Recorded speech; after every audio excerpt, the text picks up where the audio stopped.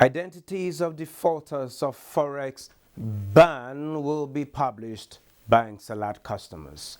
Oil marketers seek removal of VAT on imported cooking gas. Nasima commends federal government's approval of 5G network. Major Asia-Pacific indexes jump more than 1% as Chinese video game stocks bounce back. Details of this and more on Business Express on the network service of the NTA, and we are reaching you from Abuja, Nigeria's capital. I am Benny Adams, your guide.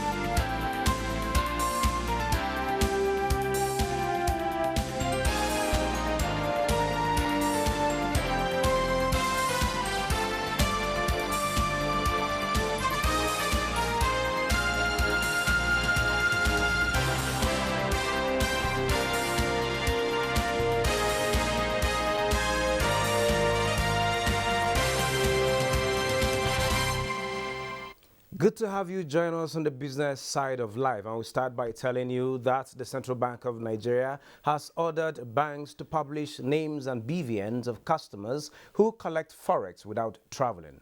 Central Bank of Nigeria recently directed all commercial banks to publish the names and BVNs of customers who engage in fraudulent practices to obtain foreign exchange from banks on their websites. The CBN further directs all banks to publish on their websites the names and BVN of defaulting customers who present fake travel documents or cancel their tickets and fail to return the purchased personal travel allowance and the business travel allowance within 2 weeks as stipulated in the customer declaration form signed by them.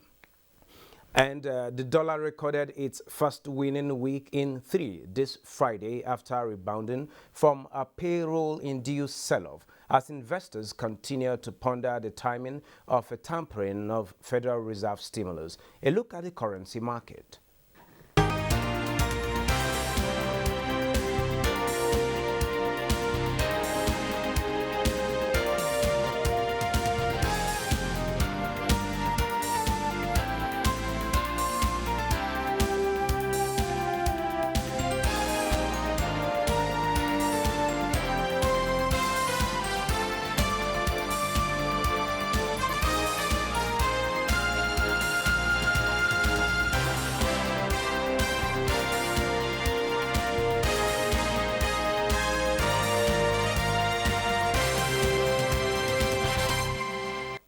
The Association of National Accountants of Nigeria is calling for the institutionalization of forensic accounting in the public sector as a core determinant of promoting transparency in governance. The call was made at the just concluded 2021 Association of National Accountants of Nigeria conference in Abuja.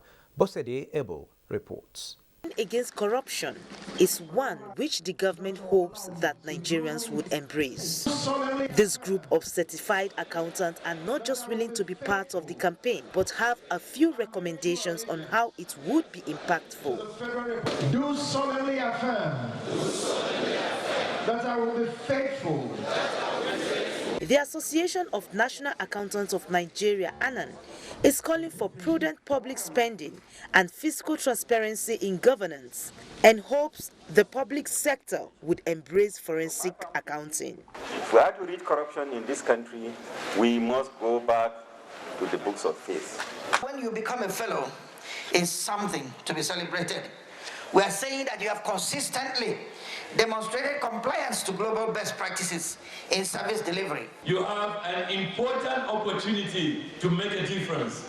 On its part, Anan is already doing its bit by certifying core professionals capable of carrying out this mandate.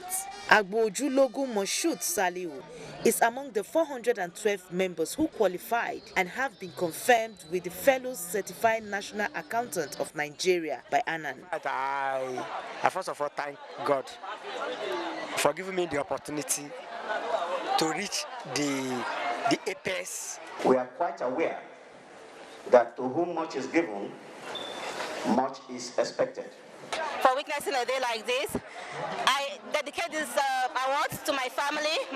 Been very lucky to be one of the few chosen.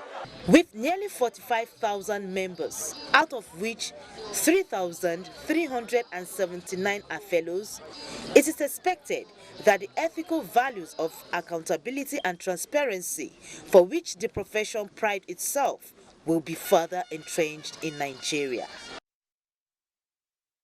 The Competition and Consumer Protection Commission has continued to engage Nigerians to ensure they get value for money and the right products and services are rendered.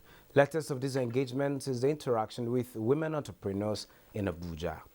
When they have the information, here is to educate them and then to let them know what they should do in order to grow their business and not to fall into the problem of the act. And so we decided to bring the women. I know what I'm supposed to give to people and I know what I'm supposed to take from people. So whichever way, it's a win-win situation. To take our conversation further on issues around women in the business and how they can spur economic growth is the local content manager, 50 million African women, Dr. Saratu at GBK. You're welcome to Business Express. Thank you. I'm glad to be here.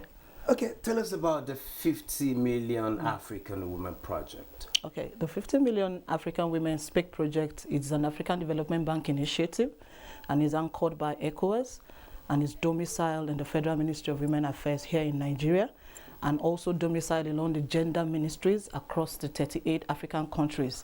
It has the 3 blocks, the COMESA, the EAC and the ECOWAS all together. All the countries are participating bodies, and their target is to create a digital platform for female entrepreneurs across Africa, whereby they have a platform that they can both network, get connected, and also they are empowered. So they created a platform which is the www.womenconnect.org. When you go there, you list your product. You have other ladies from other African countries and they can see what you sell and they can interact together and engage. Wow, 50 million. What's the share for Nigeria? It's actually 10%. That's 5 million, and we are not yet there. We're not there yet, and that's why we are doing lots of sensitization, because this is a very rare opportunity. Also on the platform, some of the benefits is that you have access to mentorship, you have access to capacity building, you also have access to financial and non-financial information.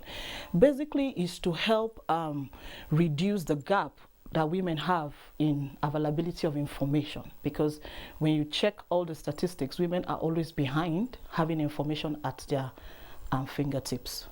Wow, and I know a whole lot of women love the cellular. We're talking about their phones, access to phones. Yeah. So how positioned are they to take advantage of this, particularly with the African Continental Free Trade Area on ground? Well, I would say that for the 50 million, we're still sensitizing and we are having good responses. They are signing up on the platform. But for the after agreement, I feel that women are not ready yet, because they are not informed enough about it. If I want to put the statistics to it, I can say maybe just 20% of women are aware of the after agreement policy. So there's a need for increase in the sensitization so that they can be prepared and also be positioned to go into the global market, because the women make up almost 49% of the GDP. So for someone, that kind of group of people, they need to be aware of such an opportunity that is coming up.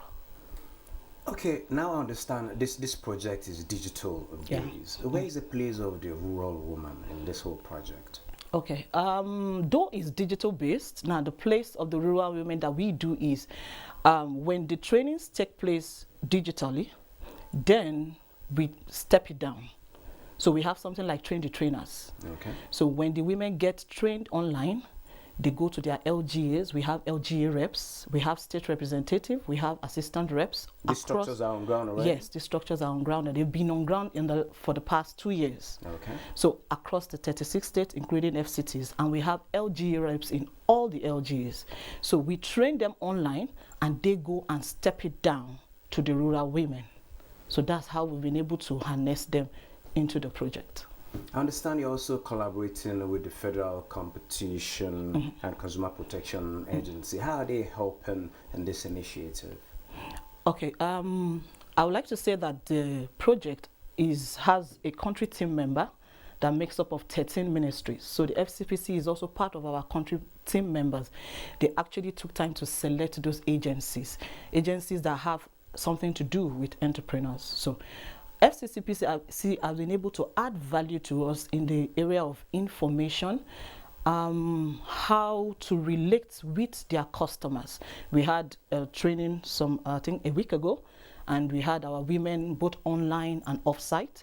And I must tell you, the reactions has been great, because personally, I didn't even know that a monopoly of market is an offense. When you feel you're the only one that can sell one particular product, and you see people have initiative and they don't want to share because they feel that, no, if I teach someone else, they're going to take the market. Space in the market. Yes. So, but when we got there that day, we found out that it's an offense. So the relationship with FCCPC have been able to let us know our consumer rights, and even we as vendors, what we are supposed to offer to our clients.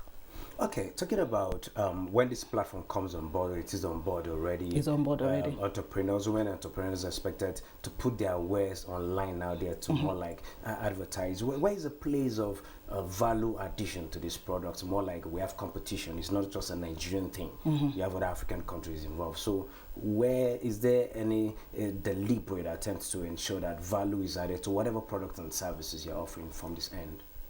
Yes, what we've been able to do is to enlighten them, and then not just for you to list your product online, but to also ensure that you add all the value added tax and all the basic things that you need to charge on it. And also we've been able to put some checks and balances to it, whereby you can't just list your product, you must be verified. Wow, everything has to do with money. Yes, it is a 50 billion thing. But what's the funding mechanism like? Funding for the project? Yeah.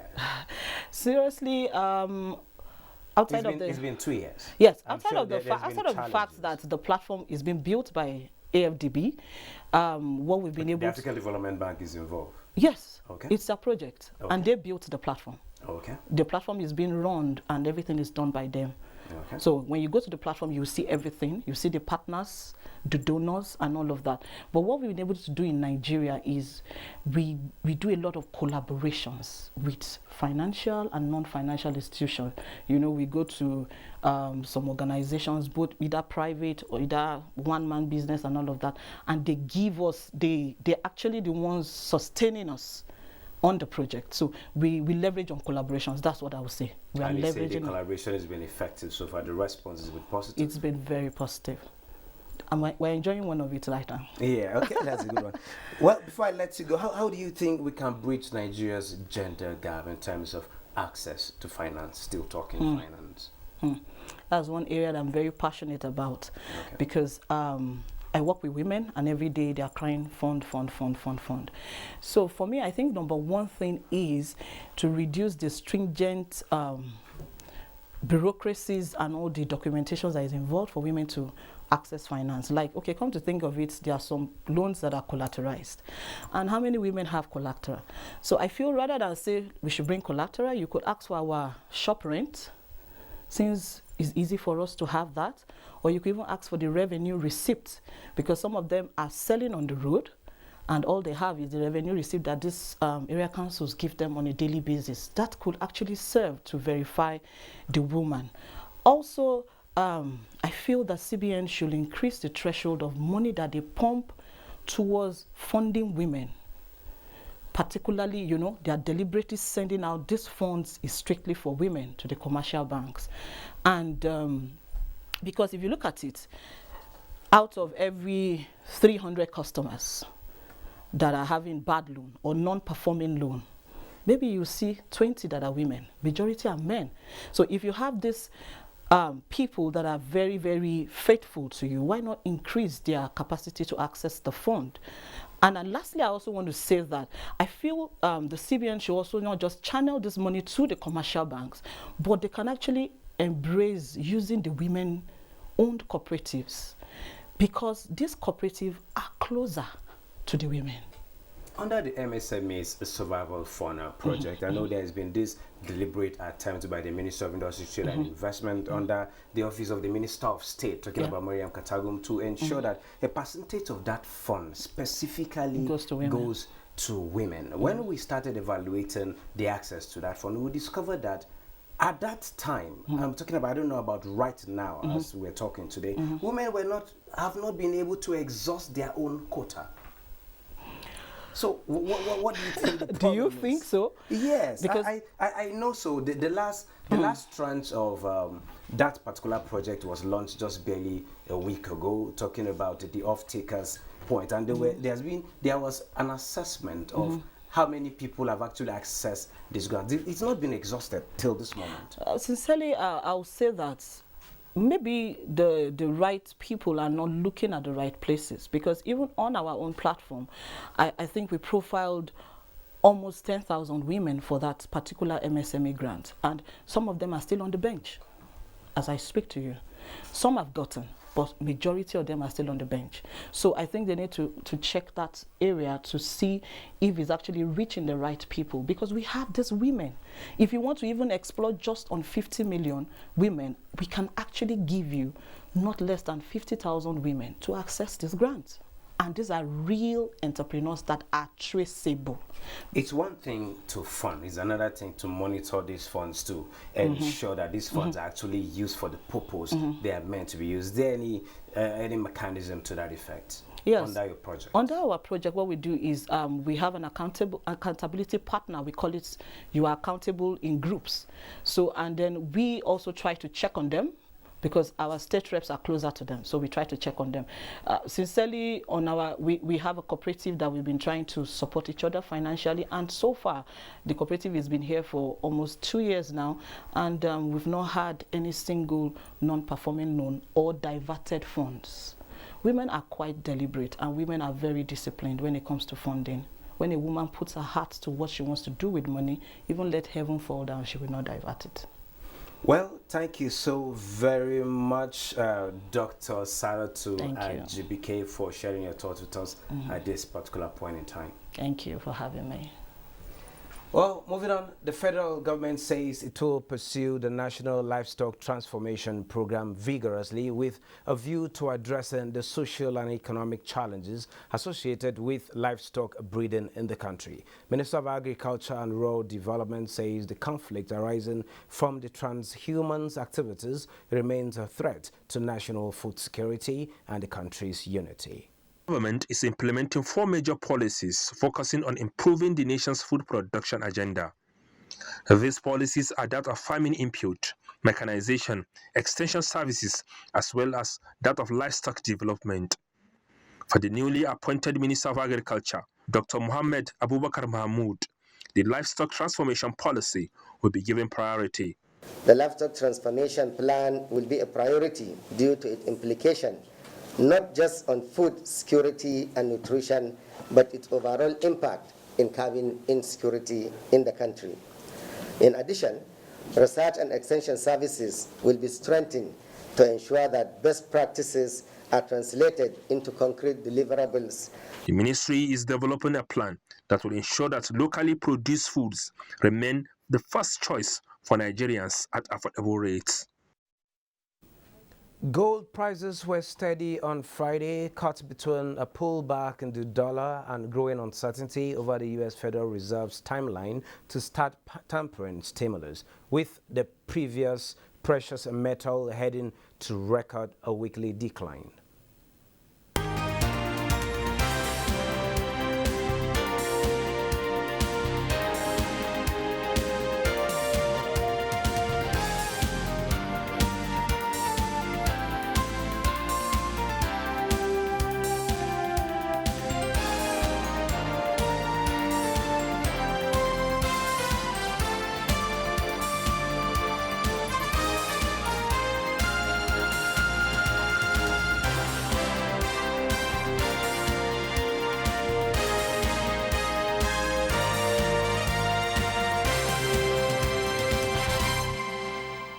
Oil prices dipped on Friday, heading for weekly losses of nearly 2% after China announced it would release oil from its strategic reserve, and some U.S. airlines, key to a recovery in jet fuel demand, warned of a slowdown in ticket sales. U.S. West Texas Intermediate crude futures fell 8 cents to $68.06 a barrel after dropping 1.7% on Thursday. Brent crude futures fell 12 cents to $71.33 a barrel, extending a 1.6% drop from Thursday. Both settled at their lowest since August 26 on Thursday.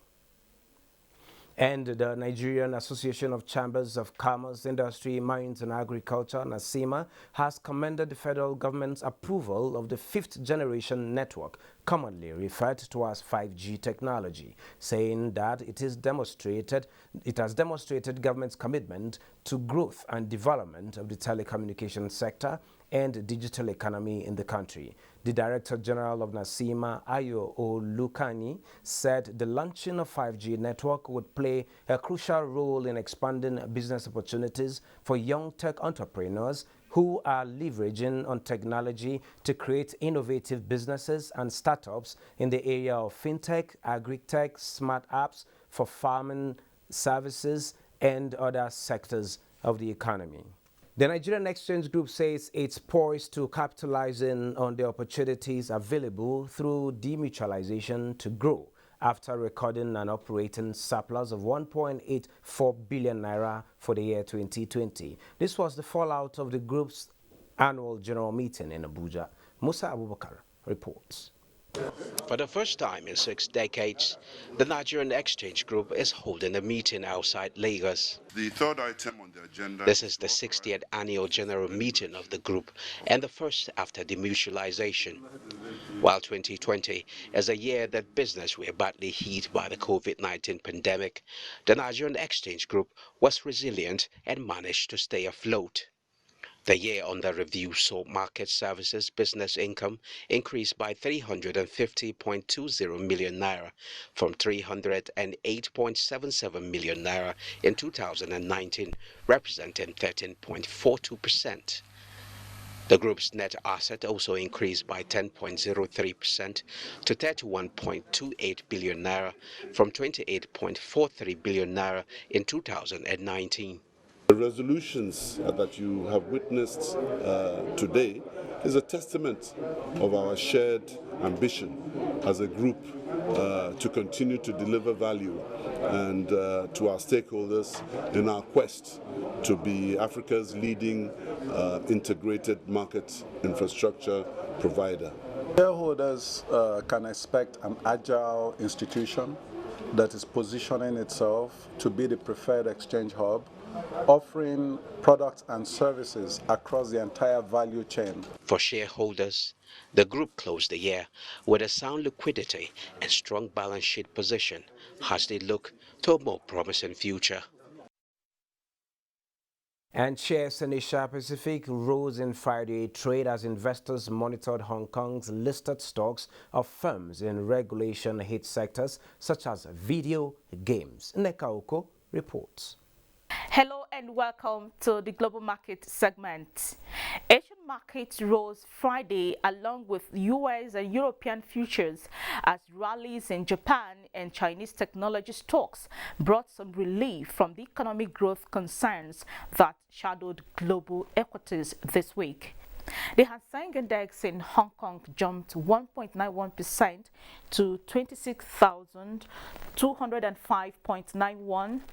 The Shanghai Composite also rose 0.27% to 3,703.11, while the Nikkei 225 in Japan added 1.25% to 30,381.84.